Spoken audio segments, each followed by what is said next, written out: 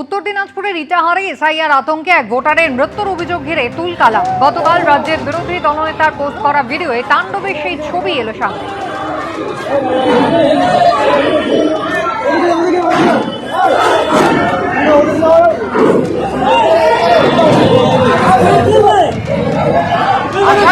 Chair, প্লাস্টিকের chair, বাঁশ, লাঠি সমস্ত ভাঙচুর করা হলো। বাঁশ লাঠি হাতে উন্মত্ত জনতাকে দেখা গেল। বিক্ষোভ অবরোধ হয়েছে ইটাহারের তৃণমূল বিধায়ক মোশাররফ হোসেনের নেতৃত্বে। এই ঘটনায় গতকালই নির্বাচন কমিশন রিপোর্ট চেয়েছে। নির্বাচন কমিশন সূত্রে দাবি, নির্দেশ দেওয়া হচ্ছে ভিডিওর মাধ্যমে এফআইআর করার।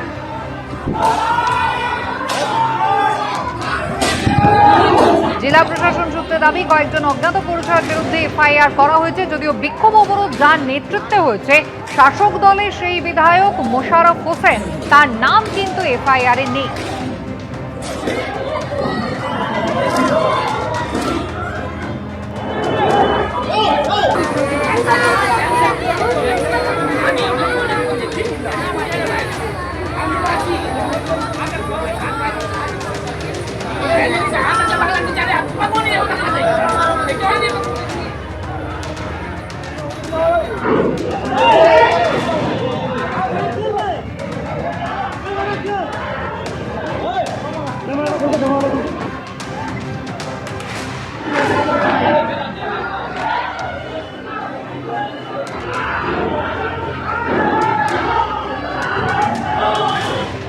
সুদীপ চক্রবর্তী আমাদের প্রতিনিধি রয়েছেন আমাদের সঙ্গে। সুদীপ, নির্বাচন কমিশন একেবারে নির্দিষ্ট করে নির্দেশ দিয়েছিল যে ভিডিওর মাধ্যমে যেন তৃণমূলের বিধায়কের বিরুদ্ধে এফআইআর করা হয়। সেই এফআইআর কি হয়েছে?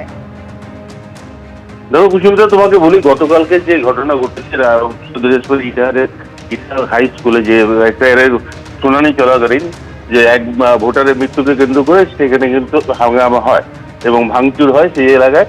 এরপরে কিন্তু বিধায়কের উপস্থিতিতে রোড ব্লক হয় ইটাহারের চৌরাস্তা মোড়ে, জাতীয় সড়ক 12 নম্বরে, এবং ভাঙচুর চলাকালীন যে ঘটনা ঘটেছে, বিধায়কের উপস্থিতি এমন ঘটনা ঘটেছে আগে তৃণমূল কংগ্রেস বা জেলা প্রশাসন বলছে না। তারা বলছে যে ওই ঘটনার যে সিসিটিভি ফুটেজ আছে সেই ফুটেজ দেখে ইটাহারের ভিডিও কিন্তু একটা এফআইআর করেছে বেশ কিছু আননোন পার্সনের বিরুদ্ধে যারা এই ভাঙচুর চালিয়েছে।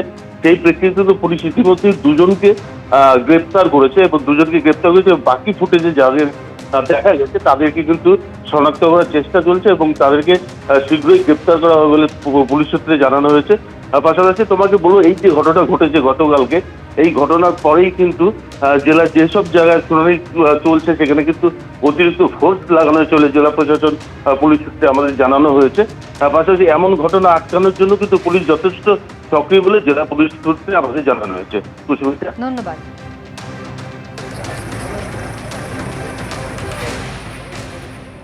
ঠিক একই রকমের ঘটনা ঘটেছিল কিছুদিন আগে ফারাক্কার বিডিও অফিসে। এক সপ্তাহ আগে তৃণমূল বিধায়ক মনিরুল ইসলামের উপস্থিতিতে ফারাক্কা বিডিও অফিসে তাণ্ডব চলে।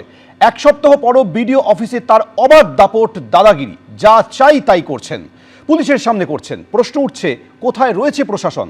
বৃহস্পতিবার নির্বাচন কমিশন সময় বেঁধে মনিরুল ইসলামের বিরুদ্ধে এফআইআর করার নির্দেশ দিলেও তা প্রশাসন করেছে কি না তা জানা যায়নি। স্যার নমস্কার। স্যার স্যার যদি পঞ্চায়েতে এগুলো হয়ে যায় স্যার তো খুব ভালো হয়। কে বলবেন, ঠিক এক সপ্তাহ আগে তৃণমূলের এই বিধায়ক মনিরুল ইসলামের উপস্থিতিতে ফারাক্কা বিডিও অফিসে তাণ্ডব চলেছে। এক সপ্তাহ পরেও বিডিও অফিসে তার অবাধ দাপট, দাদাগিরি। তার কথায় যেন প্রশাসন উঠে বসে। বিডিও থেকে জেলা শাসক যখন চান তার সঙ্গে কথা দিচ্ছে। ডেটটা ওখানে পড়ে না, ডেটটা দিতে বলুন। আর আমাদের বিএল2 তো আসছে, মানুষ ওই কি বলছে কি যে সকালে এসছে, সকাল থেকে ধরবেন খাওয়ার দাওয়ার পাচ্ছে না। আপনারাও কন্টিনিউতে আসেন, দেখতে পাচ্ছি কোঅপারেশন লাগবে, সবই চারিদিক দিয়ে কোঅপারেশন লাগবে। মানুষকে আমরা আমাদের পুরোটাই দেওয়ার চেষ্টা করছি, আপনারাও কোঅপারেট করেন। ঠিক, ওকে, ধন্যবাদ এটা করার জন্য।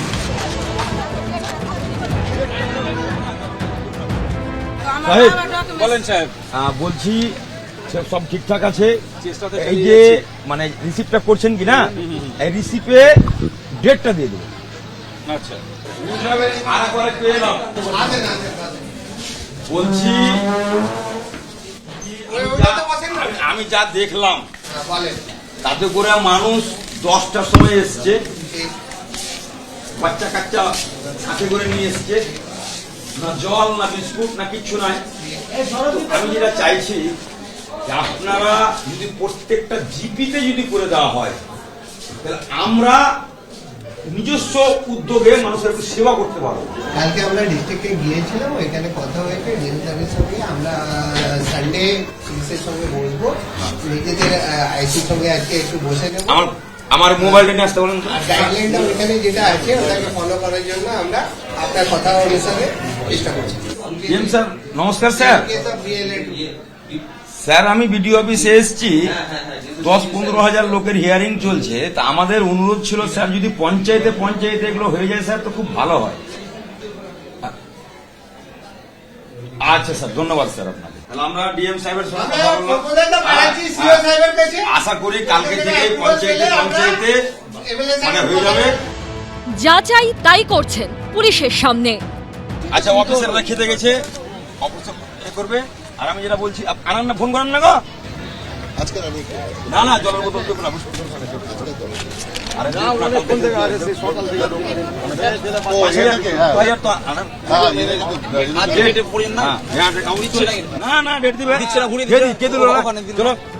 কে বলবে এই তৃণমূল বিধায়কের সামনে ভেঙে চুরমার করে দেওয়া হয়েছে বিডিও অফিস? তারই এই দাপট সেই বিডিও অফিসে। পার্থপ্রতিম ঘোষের রিপোর্ট, এবিপি আনন্দ, মুর্শিদাবাদ। 2 ভোটার তালিকায় শিশির অধিকারীর নামে অসঙ্গতি, দাবি দেবাংশু ভট্টাচার্যের। 2002 এবং 2025-এর তালিকায় অসঙ্গতি সত্ত্বেও শিশির বাবু বা শুভেন্দু কি ডাক পেয়েছেন? দুটি ছবি পোস্ট করে প্রশ্ন তৃণমূলের সোশ্যাল মিডিয়া সেলের ইনচার্জ দেবাংশু। 2002-এর তালিকায় শুভেন্দু অধিকারীর পিতার নামের পাশে ছিল শিশির অধিকারী। এখনকার তালিকায় শিশির বাবুর নাম শিশির কুমার অধিকারী। এই একই ভুলের জন্য কোটি কোটি মানুষকে লজিক্যাল ডিসক্রিপেন্সির আওতায় ফেলা হচ্ছে, ডেকে পাঠানো হচ্ছে, হয়রান করা হচ্ছে। শিশির বাবু বা সেই সূত্রে শুভেন্দু বাবু কি শুনানিতে যাওয়ার ডাক পেয়েছেন? রাজ্যে 10 কোটি মানুষের জন্য এক নিয়ম, বিজেপির বিরোধী দলনেতার পরিবারের জন্য আরেক নিয়ম। এতেই কি স্পষ্ট হয়ে যায় না নির্বাচন কমিশন কাদের অঙ্গুলি হেলনে চলছে? এখন এটা প্রকাশিত হওয়ার পর যদি নোটিশ যায়, সেটাকে অগ্রাহ্য করাই শ্রেয়। সোশ্যাল মিডিয়ায় পোস্ট করে আক্রমণ দেবাংশু ভট্টাচার্যের। দেবাংশু একটা দারুণ জিনিস বার করেছে। শুভেন্দুবাবুর বাবার নাম আগে শুধু শিশির অধিকারী ছিল, পরে কেন কুমার হয়ে গেল? তাহলে কেন ডাকা হবে না? এটা নির্বাচন কমিশন নিশ্চয়ই বিচার বিবেচনা করবেন। কিন্তু আমি বলি, মমতা ব্যানার্জির নামের আগে তো ডক্টরেট ছিল, সেই ডক্টরেটটা যে কোথায় গায়েব হয়ে গেল? যদিও সেটা 84 সালে। এবিপি আনন্দ, এগিয়ে থাকে, এগিয়ে রাখে।